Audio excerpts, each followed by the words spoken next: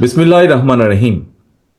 বাংলাদেশের স্বাধীনতার ঘোষক শহীদ রাষ্ট্রপতি জিয়াউর রহমানের ৪৪তম শাহাদাত বার্ষিকী উপলক্ষে আয়োজিত আজকের এই আলোচনার সম্মানিত সভাপতি, বাংলাদেশ জাতীয়তাবাদী দলের সাধারণ সম্পাদক জনাব মির্জা ফখরুল ইসলাম আলমগীর, আজকের অনুষ্ঠানের সম্মানিত প্রধান অতিথি দেশনেত্রী বেগম খালেদা জিয়া, মঞ্চে উপবিষ্ট স্থায়ী কমিটির সম্মানিত সদস্যবৃন্দ, মঞ্চে উপস্থিত নেতৃবৃন্দ, শিক্ষক, বুদ্ধিজীবী সহ সম্মানিত আলোচকবৃন্দ এবং আমার সামনে উপস্থিত প্রিয় নেতা কর্মী এবং সম্মানিত উপস্থিতিবৃন্দ, আসসালামু আলাইকুম। আমরা আজ এমন একজন ব্যক্তিত্বের শাহাদাত বার্ষিকী উপলক্ষে আলোচনা সভায় উপস্থিত হয়েছি, যিনি বাংলাদেশের জন্ম ইতিহাসের একজন অনিবার্য, অনবদ্য, অপরিহার্য অন্যতম প্রধান চরিত্র।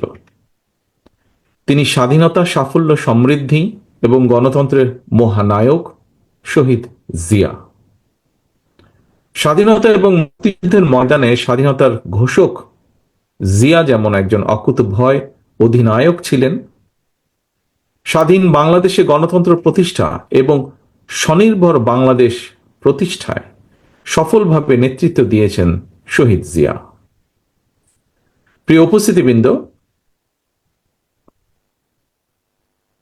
স্বাধীনতা, মুক্তিযুদ্ধ এবং মুক্তিযুদ্ধ পরবর্তী স্বাধীন বাংলাদেশের রাষ্ট্র, রাজনীতি এবং দেশ পরিচালনায় শহীদ জিয়ার অবিস্মরণীয় অবদানের অনেক বিষয় আজকের সম্মানিত আলোচক বৃন্দের আলোচনায় উঠে এসেছে। আমি চেষ্টা করব সেই বিষয়গুলো আমার বক্তব্যে আবার পুনরুল্লেখ না করতে। তবে সবার আলোচনায় একটি বিষয় কিন্তু প্রতীয়মান হয়েছে আজকের রাজনীতিতেও, অর্থাৎ আমাদের এই বর্তমান রাজনীতিতেও শহীদ জিয়া খুব সম্ভব সমানভাবেই প্রাসঙ্গিক।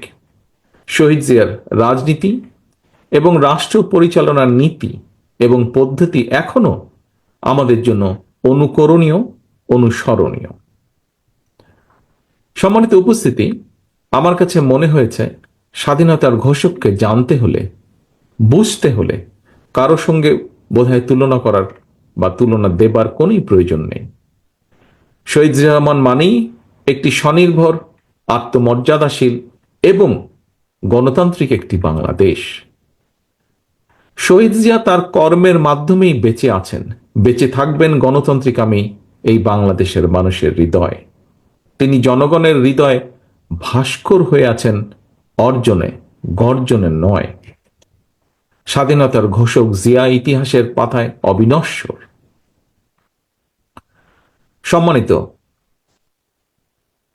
নেতৃবৃন্দ, সংকটকালে কিভাবে সাহসের সঙ্গে ঘুরে দাঁড়াতে হয় 1971 সালের 26শে মার্চ কিংবা 1975 সালের 7ই নভেম্বর দেশ এবং জনগণের সামনে সেই দৃষ্টান্ত উপস্থাপন করেছেন স্বাধীনতার ঘোষক শহীদ জিয়া। 1971 সালের 26শে মার্চ শহীদ জিয়া হঠাৎ করেই কিন্তু স্বাধীনতার ঘোষণা দেননি।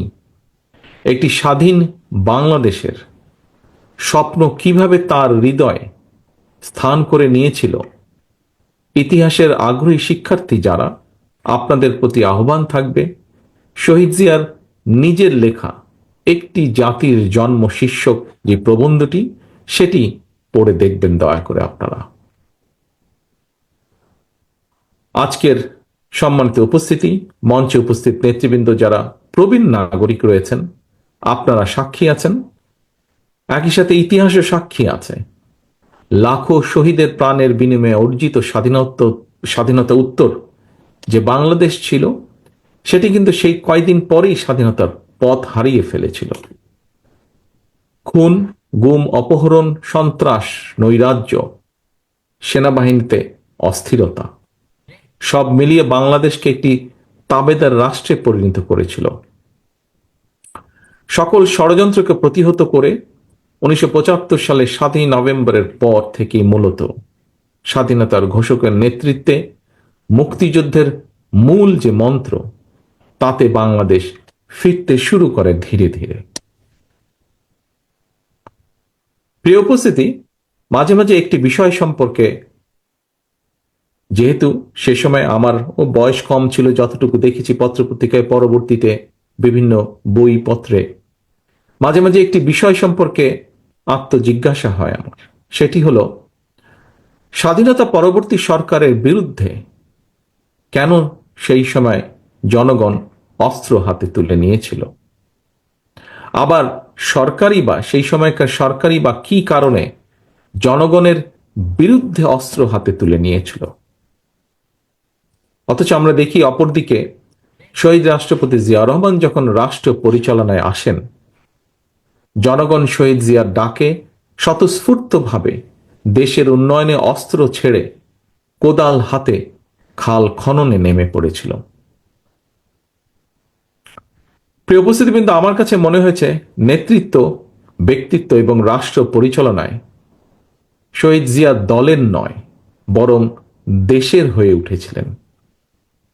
রাষ্ট্র পরিচালনায় মুক্তিযুদ্ধের মূল মন্ত্র সাম্য, মানবিক মর্যাদা, সামাজিক সুবিচার রেখেছিলেন সমুন্নত।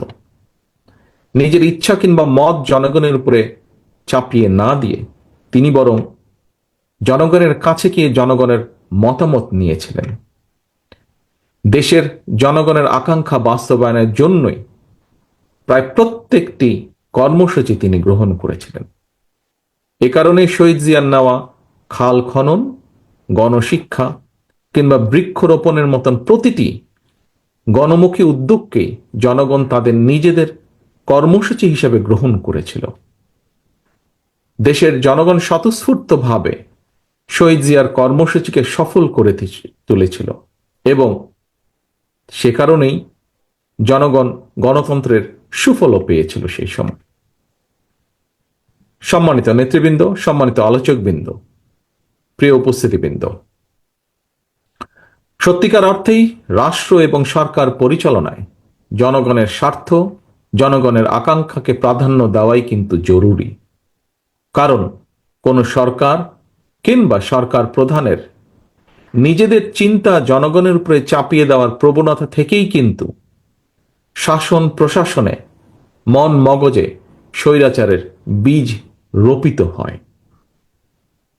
রাষ্ট্র এবং সরকারে যাতে স্বৈরাচারের কবলে না পড়ে, এ কারণেই রাষ্ট্রে জনগণের মালিকানা প্রতিষ্ঠা করা অত্যন্ত জরুরি। জনগণের ভোটে জনগণের কাছে জবাবদিহিমূলক সরকার প্রতিষ্ঠার মাধ্যমে একমাত্র রাষ্ট্র এবং সরকারকে জনগণের কাছে দায়বদ্ধ করা যায়। সম্মানিত সভাপতি, হাজারো শহীদের রক্তস্নাত বাংলাদেশে দীর্ঘ ১.৫ দশকের ফ্যাসিবাদী শাসনের পতন হয়েছে। একটি অন্তর্বর্তীকালীন সরকার দেশ পরিচালনা করছে বর্তমানে। গণ অভ্যুত্থানের পর বিশেষ পরিস্থিতিতে দায়িত্ব নেওয়া এই সরকার হয়তো বৈধ, তবে এই সরকার কোনোভাবেই কিন্তু জবাবদিহিমূলক নয় এবং জনগণের কাছে এই সরকারের জবাবদিহি করার কোনো সুযোগও নেই। দেশের বর্তমান অন্তর্বর্তীকালীন সরকার 10 মাসেও জাতীয় নির্বাচনের সুস্পষ্ট তারিখ ঘোষণা করেনি। ফলে রাষ্ট্র এবং রাজনীতিতে এক ধরনের অনিশ্চয়তা সৃষ্টি হয়েছে এবং এই অনিশ্চয়তা সৃষ্টি হওয়ার কারণে আমরা যদি খেয়াল করি, দেশে অর্থনৈতিক কর্মকাণ্ড বলা যায় প্রায় স্থবির হয়ে পড়েছে। জনগণের ভোটে নির্দিষ্ট মেয়াদের একটি স্থিতিশীল সরকার না থাকায় দেশে কাঙ্ক্ষিত বিনিয়োগও হচ্ছে না। আমরা এখানে উপস্থিত প্রায় প্রত্যেকেই গণমাধ্যমে খবরে দেখেছি, ব্যবসায়িক সংগঠনগুলো বলছে নানা কারণে ইতিমধ্যেই শত শত শিল্প কলকারখানা বন্ধ হয়ে গিয়েছে, আরো অনেক কলকারখানা বন্ধ হওয়ার উপক্রম হয়ে পড়ছে। বিভিন্ন সেক্টরে এ ধরনের অস্থিরতা বিরাজ করছে। জনগণ তাদের সমস্যার সম্ভাবনার কথা সরকারের কাছে তুলে ধরার বা বলার কোনো সুযোগ তারা পাচ্ছে না। সম্মানিত সভাপতি, সম্মানিত নেতৃবৃন্দ, অন্তর্বর্তীকালীন সরকারের উপদেষ্টাদের সঙ্গে স্বাভাবিক কারণেই জনগণের কোনোই যোগাযোগ নেই। বিভিন্ন শ্রেণী পেশার মানুষের সমস্যা, সম্ভাবনা কিংবা দুঃখ দুর্দশা সম্পর্কে অনেক উপদেষ্টাই ওয়াকেফাল নন। তারা অফিসে বসে ফাইলপত্র দেখে জনগণের সমস্যা চিহ্নিত করে সমাধানের চেষ্টা হয়তো কেউ কেউ করছেন।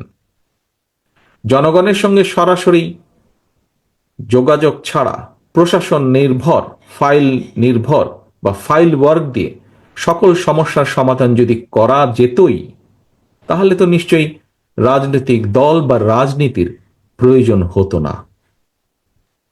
প্রিয় উপস্থিতি, দেশের জনগণ সরাসরি নিজেদের পছন্দের প্রার্থীকে ভোট দিয়ে একটি জবাবদিহিমূলক সরকার প্রতিষ্ঠিত করতে প্রস্তুত। কিন্তু অন্তর্বর্তীকালীন সরকার মনে হয় জনগণের আকাঙ্ক্ষা উপলব্ধি করতে ব্যর্থ হচ্ছে। গণতন্ত্রের পক্ষের প্রতিটি রাজনৈতিক দলের পক্ষ থেকে লিখিতভাবে অন্তর্বর্তীকালীন সরকারের কাছে সংস্কার প্রস্তাব দেওয়া হয়েছে। এরই ভিতর সংস্কারের ব্যাপারে কিন্তু কোনো রাজনৈতিক দলের তেমন কোনো আপত্তি নেই। তবে সংস্কার নিয়ে সরকারের অযথা সময় ক্ষেপণে আপত্তি অবশ্যই রয়েছে, শুধু রাজনৈতিক দলের নয়, রাজনৈতিক দলগুলোর বাইরেও পত্র পত্রিকার মাধ্যমে আমরা দেখেছি বিভিন্ন সংগঠনও এ ব্যাপারে তাদের আপত্তির কথা জানিয়েছে, এ ব্যাপারে তাদের কনসার্নের কথা জানিয়েছে। এবং এ কারণেই আমরা মনে করি প্রস্তাবিত সংস্কার শেষ করে যদি তাদের ইন্টেনশন সঠিক থাকে, গণতন্ত্রের পক্ষে থাকে, আমরা দাবি করেছি ডিসেম্বরের ভিতরে নির্বাচন দিতে, তবে আমি এটাও মনে করি বিভিন্ন বিষয় বিবেচনা করে সংস্কার প্রস্তাব শেষ করে, যেহেতু কম বেশি সকল বিষয় অধিকাংশ দলগুলোর মধ্যে মত রয়েছে, একমত রয়েছে, ডিসেম্বরের আগেও নির্বাচন করা সম্ভব। আমি অন্তর্বর্তীকালীন সরকারের কাছে আবারও আহ্বান জানাই, জনগণের আকাঙ্ক্ষাকে ধারণ করুন, অবিলম্বে ডিসেম্বরের মধ্যেই সুনির্দিষ্ট দিনক্ষণ দিয়ে জাতীয় নির্বাচনের তারিখ ঘোষণা করুন। এখানে অন্তর্বর্তীকালীন সরকারের জয় বা পরাজয়ের কোনো কিছুই নেই, বরং স্বাধীনতা প্রিয় জনগণকে একটি সুষ্ঠু নির্বাচন উপহার দিয়ে গণতন্ত্রকেই বিজয়ী করতে সাহায্য করুন। পরিশেষে আজকে এখানে উপস্থিত বিএনপির নেতা কর্মী সহ আপনারা যারা উপস্থিত আছেন, আপনাদেরকে এবং আপনাদের মাধ্যমে বিভিন্নভাবে বিএনপির সর্বস্তরের নেতৃত্বের প্রতি দৃষ্টি আকর্ষণ করে বলতে চাই, স্বাধীনতার ঘোষক শহীদ জিয়ার রাষ্ট্র চিন্তা থেকে প্রতিটি রাজনৈতিক নেতৃত্বের জন্য একটি বার্তা আছে। কি সেই বার্তা? বার্তাটি হলো, রাষ্ট্র পরিচালনায় সফল হতে হলে জনগণের আকাঙ্ক্ষাকে ধারণ করতে হবে, দেশ এবং জনগণের স্বার্থকেই সবার আগে বিবেচনায় আনতে হবে, বিবেচনা করতে হবে। সুতরাং স্বাধীনতার ঘোষকের আদর্শ বাস্তবায়ন করতে চাইলে শহীদ জিয়ার প্রতিটি সৈনিক, দেশনেত্রী খালেদা জিয়ার প্রতিটি কর্মীর প্রতি আমার আহ্বান, আপনারা জনগণের সঙ্গে থাকুন, জনগণকে অবশ্যই সঙ্গে রাখুন। প্রিয় দেশবাসী, বক্তব্য শেষে আমি একজন সন্তান হিসাবে শহীদ রাষ্ট্রপতি জিয়াউর রহমানের রুহের মাগফিরাত কামনা করছি। আপনাদের কাছে তার জন্য আল্লাহর দরবারে দোয়া কামনা করছি এবং এই দোয়া কামনা, রুহের মাগফিরাত কামনার মাধ্যমে আমার বক্তব্য আমি শেষ করছি। আল্লাহ হাফেজ। বাংলাদেশ জিন্দাবাদ, বাংলাদেশ জাতীয়তাবাদী দল জিন্দাবাদ। শহীদ